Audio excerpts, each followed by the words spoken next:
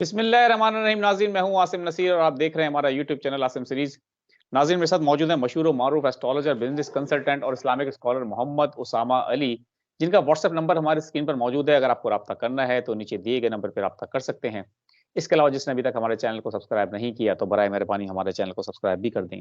अस्सलाम वालेकुम उसामा साहब, क्या हाल है, कैसे हैं आप? जी वालेकुम अस्सलाम। मैं खैरियत से हूँ, आप सुनाएं क्या हाल है? अल्लाह ताला का बड़ा करम है उसामा साहब। उसामा साहब, आपने हमारे साथ एक वीलॉग किया था 3-4 दिन पहले, उसमें आपने कहा था कि आप अब जितने भी वीलॉग करेंगे आप यही कहेंगे कि आपकी ये पेशेंट गोई दुरुस्त साबित हो गई और आपकी वो पेशेंट गोई दुरुस्त साबित हो गई, क्योंकि आपकी पेशेंट गोई दुरुस्त साबित होने का वक़्त शुरू हो चुका है। आज भी हम आपको बता दें कि आपकी एक पेशेंट गोई बल्ले के निशान के हुसूल के हवाले से बिल्कुल दुरुस्त साबित हो गई है।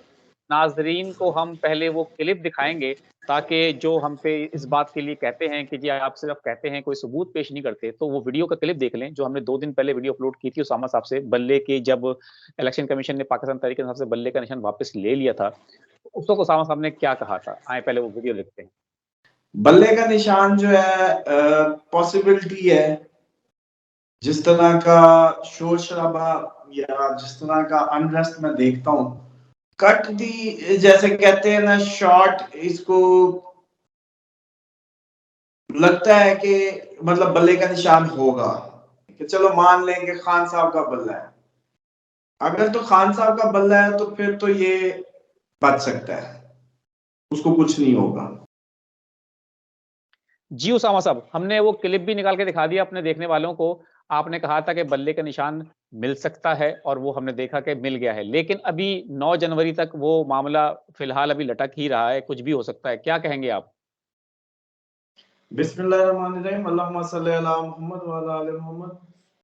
आसिम साहब, असल में ना सूरत हाल ऐसी नहीं है जैसी लोगों ने इतनी सादी सादी मासूम मासूम और भोली भाली समझी हुई है।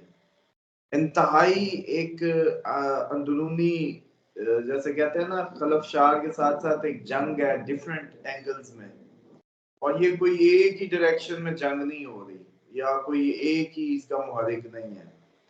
और जैसे आपने बल्ले के निशान की बात की तो ये भी जैसे कहते हैं ना कि कोई देता है कोई छीन लेता है। जैसे आप ग्राउंड में गए हो तो वहां जाके आपस में कोई दो की लड़ाई हो जाए तो फिर एक तीसरा आके उससे लेके उसको दे दे, इस तरह का माहौल सा बना लगता है। ये कोई दो की लड़ाई नहीं, इसमें कोई तीसरा भी लगता है इन्वॉल्व। तो इसलिए चांसेस तो यही है कि देखें, इलेक्शन होना है तो बल्ला होगा, इलेक्शन नहीं, इस तरह का इलेक्शन 4 महीने नहीं चलना। तो कौन इसको एंडोर्स करेगा इस तरह का करके रवैया। और इवन के आपको याद है मैंने जो क्लिप उसका निकाल के रखे, मैंने कहा था लाडला भी चीख उठेगा। हो सकता है ये ऐसा कोई माहौल बन जाए कि लाडले की भी चीखें हों, तो वो भी संभाल के रखे, होने वाली है पूरी। दूसरी ये भी पूरी होने वाली है अभी के, आपको याद होगा मैंने कहा था, बल्कि अब इसका क्लिप निकाल लें फिर आसानी रहेगी आपको, कि जनवरी में कुछ ऐसा हो जाए कि इलेक्शन डिले हो जाए। अच्छा, उसके बाद वो क्लिप भी, इसका ये हिस्सा भी काट लीजिएगा कि हमें अंदरूनी तौर पे अनरेस्ट नजर आता है या बैरूनी तौर पे कोई हम पे कुछ ना कुछ ऐसा मामला हो सकता है कि हम अनरेस्ट में चले जाएं और हम इलेक्शन से आगे, मतलब बात ही, टॉपिक ही बदल जाए हमारा। मतलब ये बड़ी प्रेडिक्शन है जिसको लोग तो नहीं, जो अक्लमंद है बस वो समझेंगे कि हमारा टॉपिक ही बदल जाए। ये बिल्कुल ठीक है। पॉसिबिलिटी है टॉपिक बदलने की। आप तो इलेक्शन इलेक्शन कहानियां, मतलब कहानी ही चेंज हो जाए। तो ये ओवरऑल आप अगर ये सारा सिनेरियो को कंक्लूड करें ना, तो यार इतनी अनसर्टेनिटी है, वो सर्टेन है इस वक्त मतलब अनसर्टेनिटी सर्टेन है, समझ लें। और इसको प्रेडिक्ट करना कोई बच्चों का खेल नहीं है इस वक्त। तो जैसे मैं कर रहा हूँ, बस इसमें से जिसको जो समझ आ रही है ना वो समझ ले। वो कहते हैं कि जी हमें तो समझ ही नहीं आई कहा क्या और कहा क्या।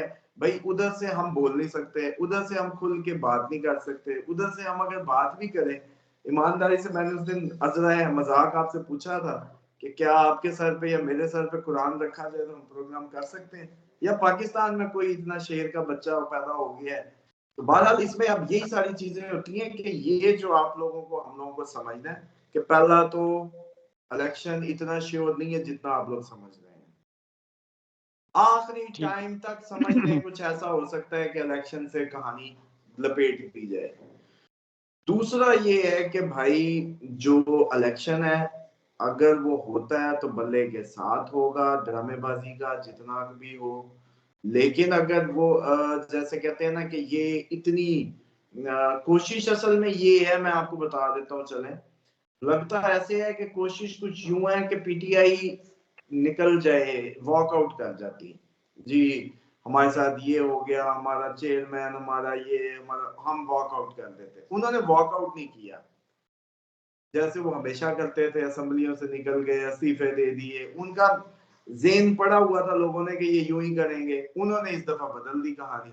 उन्होंने कहा हम नहीं वो देते। अब वो गले पड़ गया साहब, अब बल्ला छीने बगैर गुजारा नहीं है। एमएनए छीन लिए सब छीन लिया, चेयरमैन छीन लिया, सब हो गया, अब बल्ला रह गया। लेकिन अब मसला ये है कि दूसरी पार्टीज जो है वो पागल थोड़ी है। वो कहेंगे यूं बल्ला छीन के तुम लोगों ने इलेक्शन कराया तो हम आ भी गए अगर हक हलाल से भी, तो वो कोई नहीं मानेगा। वो चाहेंगे कि यूं ना करो। ठीक है, तो इसलिए मुझे लगता है ये बल्ला जो है ना, देने वालों ने नहीं दिया, मतलब छीनने वालों ने नहीं दिया, एक तीसरी कुव्वत ने ये बल्ला वापस किया है। ये ऐसे नहीं आया। तो ये बिल्कुल ठीक हो है उसामा सकता है साहब। कि अभी भी आपको लग रहा है ये इतना इजी, ये आखिरी टाइम बदलने की गेम है। बिल्कुल ठीक है और उसामा साहब। लाडला ये नहीं चाहता कि मुंह से वो इलेक्शन का इनकार करे, जबकि वो नहीं चाहता इस वक्त इलेक्शन। लेकिन वो चाहते हैं पीटीआई चीख के शोर करे और इलेक्शन को छोड़े, ये कहे कि हम इलेक्शन में नहीं जाते। जिन्होंने इतनी असेंबलियां तोड़ी हैं इस इलेक्शन के लिए, इतनी उन्होंने कुर्बानियां दे दी, आज पार्टी तबाह करा ली इस इलेक्शन के शोर में, समझ रहे हैं। लेकिन उन पे अब कहते हैं कि ये कहें कि हम इलेक्शन नहीं चाहते, इसको आगे ले जाए। बिल्कुल ठीक है उसामा साहब। आपने बिल्कुल सही बात की। लेकिन जो अब ये तासुर मजीद गहरा होता चला जा रहा है कि जो ये इलेक्शन है इससे पहले सिलेक्शन हो चुकी है, इससे कितना नुकसान देख रहे हैं आप? देखिए ये भी तासुर बना है, ये तासुर ज्यादा देर रहना नहीं है। मजे की बात यह है कि अगर नवाज शरीफ साहब भी आ गए, मैं मान लें कि वो बैठ गए, इलेक्शन हो गया, उनको ले आए, बैठ गए, तो न वो भी देंगे इस दफा। जो आज तक वो नहीं कर सके तो न वो भी देंगे। ये ना समझे कि इस दफा जो वो बातें कर रहे हैं ना, मैं हिसाब लूंगा, चलो पता तो चले हुआ क्यों कैसे, ये उनका भी आखिरी मिशन है। तो वो जितने महीनों के लिए भी हुए, उन्होंने ये मिशन पूरा करना है, बस मैं ये बता दूं।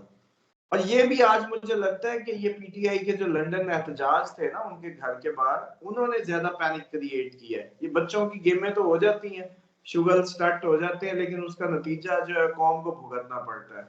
नवाज शरीफ वरना इतना आता ही ना उधर से, ये डील ना करता तो आज क्या होता, क्या ऑप्शन होती। लेकिन उन्होंने उसको इतना पैनिक कर दिया उधर कि उसने कहा चलो फिर ठीक है, यूं ही तो यूं ही सही। अब आप समझे कि यार कि आप लोग उसका साथ दे, आपने उसको असल असल में खान साहब की मुखालफत की या सपोर्ट की है। वो कहते हैं अक्लमंद की दुश्मनी बेवकूफ की दोस्ती से बचो। आज अब आज करे ना, आज क्यों घरों में है। मैं तो हमेशा पूछता रहता हूँ कि भाई लीडर आपका जेल में, आप कैंप लगा के बाहर नुमाइशी तौर पे अपने आप को भी घर से बाहर रखें, या अपने आप को भी कोई खैमा बस्ती बात करके उसमें जेल की तरह से चले जाएं, दिखाए ना। उस वक्त जब वो बात था, डेली तकरीरें थी, सोशल मीडिया के चक्कर में डेली आप लोग वो जैसे कहते हैं डांग बनी खड़े थे हर तरफ, मतलब आप लोगों ने शोर डाले हुए थे। अब क्या सांप सूंघ गया है भाई, ये आप लोगों की मोहब्बत और रिश्ते हैं। फिर अब अगर हम बात करें कि वो बलूचिस्तान की बच्ची औरत आके मतलब कैसी मुजाहरा कर रही है आप लोगों को, मैं हमेशा, आपको याद होगा आपने एक मेरे साथ प्रोग्राम किया था जिसमें मैंने कहा था कि औरत ही इंकलाब लाएगी पाकिस्तान में। जब भी नाराज औरत राजी हुई, औरत ही कुछ करेगी, फिर ही कुछ होगा।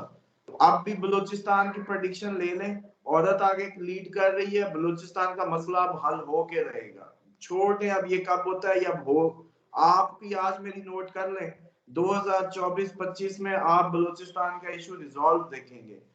ये आज तक किसी ने इतनी देर नहीं की। मैं कह रहा हूं कि पंजाब में क्या हुआ है, औरतों को जब हाथ डाला गया है या औरतों को जब उठाया गया है तो प्रेस कॉन्फ्रेंस से शुरू कर दी और खत्म होगी कहानी। अब होगा ये कि अगर औरत ही पंजाब की आगे आ जाती सारी, तो कहानी खत्म थी। हमारी कमजोरी औरत थी, हमें उससे बना लिया, उनकी औरतें आगे आ गई आखिर जिद चौके। वरना बलोच बड़ा अरसा अपने आप को आगे लाते रहे हैं या जो भी करते रहे, लेकिन आज देख लें तो इसी तरीके से है कि ये भी बात आप हमारी देखेंगे कि अब इनकलाब औरत के हाथ में है, मर्द के हाथ में नहीं रहा। मर्द इनकलाब इस टाइम नहीं ला सकते, सिर्फ खवातीन को इज्जत दें, खवातीन को उनका रिगार्ड वापस करें। ये इस्लाम के नाम पे जो बेवकूफ बनाया हुआ है, उनको बाउंड किया हुआ है। हाँ, बेहयाई और बेनुमाइशी उसकी बात नहीं कर रहा मैं, लेकिन जो सही मानों में एक मैं जाती तौर पे इस पे बड़ा फर्म बिलीफ है कि औरत ही इस टाइम अगर राजी हो जाए और जेन बना ले कि हमने इनकलाब लाना है, तो फिर आ सकता, मर्द नहीं ला सकते। सॉरी टू से, इस पे आप मेरे साथ ना इधर जितना मर्जी बड़ा पैनल बिठा ले मर्दों का, मैं साबित कर दूंगा कि औरत के बगैर मुमकिन नहीं है। औरत ही अब जो कर सकती है कर सकती है, मर्द के हाथ कुछ नहीं रहा।